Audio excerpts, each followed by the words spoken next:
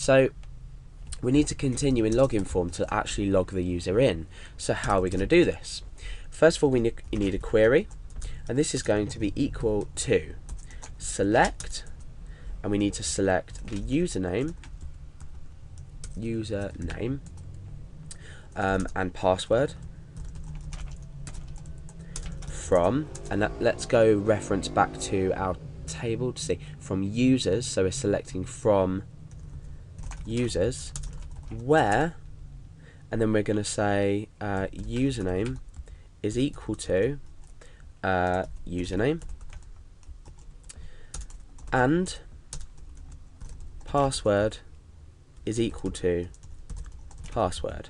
So we've constructed here a query where we're selecting the username and password. In fact, we don't even need to do that. Let's just select the ID.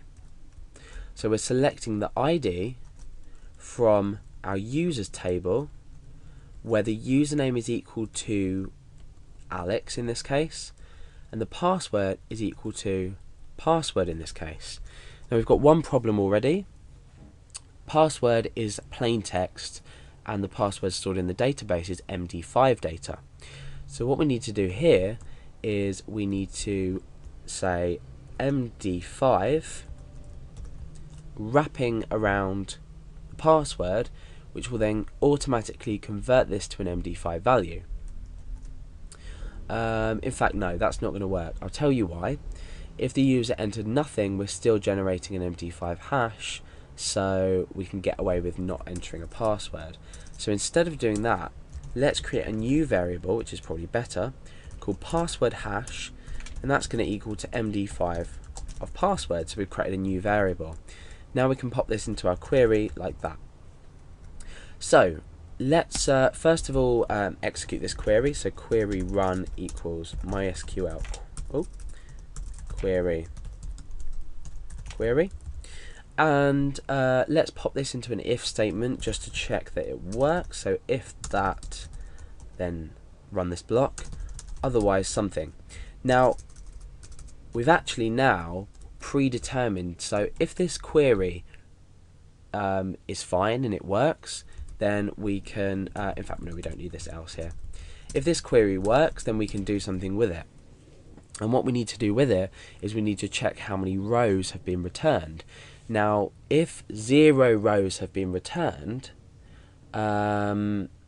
we have, if 0 rows have been returned, a username and a password don't match. So a username and a password combination haven't matched, which means they may have entered the correct username, they may have not entered the correct password, or vice versa, they may have entered the correct password but not the right username. So we need to create a check in here. First of all, we'll say query num, and that's, or num rows would be better, and that's equal to MySQL num rows of our query that we've run. And now we need to perform a check to say if query num rows is equal to 0, no such user exists, otherwise do something else. So here we're going to say echo invalid username password combination. Okay, so we've executed our query. As long as the query is structured properly and it makes sense, we're going to continue with this code here. Then we're creating a value of the number of rows returned. Then we're checking if that equals to 0. If it does equal to 0, it means that the username and password combination don't match, so we echo out a warning to the user and we don't log them in. Otherwise, we need to say OK for now, the user's logged in successfully. So let's use this as an example. So let's go back to our users table. We've got Alex in the password, which I think is pass123, but the MD5 hash. Remember, we convert the MD5 hash automatically when we process the login. And then we have various bits of information which aren't important just now. So let's try a user login that's incorrect. So I'm going to type Billy and pass123. Now bear in mind that pass123 exists in the database, but it doesn't exist next to Billy. So let's click login. We've got invalid username password combination. So our SQL query was structured correctly, but it returned no rows. Now, otherwise, we want to say if query num rows equals 1, then we can echo OK, because we're never going to echo 2 rows because the username is not going to exist twice. We're not going to have users on our website with the same username. So now let's try this with Alex and pass one. I think I typed pass, yeah, pass 123, and click login, and it says OK. So now let's return some of the data that we've been processing so we can make sure that we know, well, we already know it matches. But let's echo out